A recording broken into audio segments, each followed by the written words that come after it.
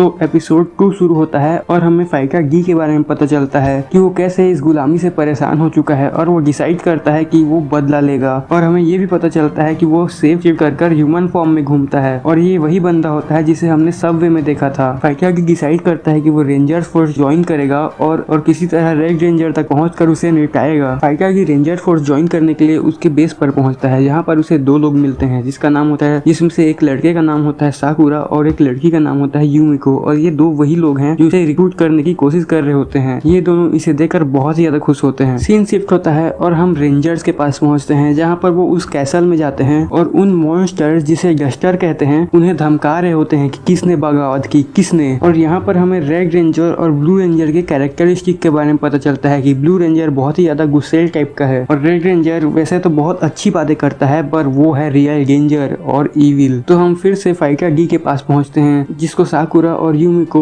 खाने पर इनवाइट करते हैं और वो हाँ कर देता है। और इसी दौरान हम देखते हैं कि फाइका गी अपने आइडेंटिटी को बहुत ज्यादा रिवील कर रहा होता है। एज अ व्यूअर हमें साफ पता चल रहा होता है कि ये कितनी बुरी एक्टिंग कर रहा है, पर पता नहीं क्यों यूमिको जो कि एक येलो रेंजर होती है वो उसके लिए कवर करने की कोशिश कर रही होती है। और ये बात हमें तो समझ आ जाती है पर फाइका गी को नहीं। तो क्योंकि फाइका गी सेफ शिफ्ट करने में बहुत ही अच्छा होता है, इसीलिए वो डिसाइड करता है कि वो इन दोनों में से किसी एक का रूप लेगा, रेड रेंजर के पास जाएगा उसे असैसिनेट करने। और वो साकुरा का रूप लेता है और यूमिको के साथ रेड रेंजर के बेस पर पहुंचता है उसे लेटर देने के लिए, जहां पर वो एक जोकर जैसे दिखने वाले बंदे से मिलता है जो कि खुद भी रेड रेंजर बनना चाहता था। और उस जोकर वाले बंदे को साकुरा पर डाउट हो जाता है क्योंकि उसका बिहेवियर चेंज हो गया होता है, पर वो रेड रेंजर तक नहीं पहुंच पाता। पर तभी लेटर देकर वापस आते समय उसे रेड रेंजर दिख जाता है और उसे हाय हेलो करने के बहाने अपने बैग से वेपन निकालकर मारने की कोशिश करता है। पर तभी वहाँ पर यूमिको उसे रोक लेती है और कहती है कि तुमसे ना हो पाएगा। यूमिको उसे किसी गली के कोने में ले जाती है और उसका गला काट देती है, लेकिन फाइका गी फिर से हील हो जाता है और कहती है कि जो तुम अभी करने वाले थे उसे हम दोनों बहुत मुसीबत में पड़ जाते और तुम्हारे पास उतनी पावर नहीं है कि तुम अभी रेड रेंजर का सामना कर सको। और फिर से फाइका गी का गला काट देती है और बार बार ऐसा करने के बाद वो उसे एक ऑफर देती है कि तुम मेरे लिए काम करोगे, मैं जैसा कहूंगी तुम वैसा ही करोगे और हम दोनों मिलकर इन ड्रैगन रेंजर का सफाया कर देंगे। फाइका गी मान जाता है। तभी हमें पता चलता है कि साकुरा उन लोगों की बातें सुन लेता है। यहाँ पर हम फाइका गी के एक दोस्त को देख जो उसे घूमता हुआ कैसल के बाहर आ गया था, पर ड्रैगन रेंजर ढूंढ लेते हैं और अपना एक वेपन यूज करते हैं। और हमें पता चलता है कि ये ड्रैगन रेंजर्स का एक सीक्रेट वेपन है जिसकी मदद से वो इमोर्टल को भी मार सकते हैं और इसीलिए ये इमोर्टल्स लो लेवल डस्टर्स इनसे इतना डरते थे। और फाइका गी जिसे मैं अब यही कहूंगा, तो जी वहाँ पर पहुंच जाता है और अपने दोस्त को मरते हुए देख लेता है और यहीं पर एपिसोड 2 खत्म होता है।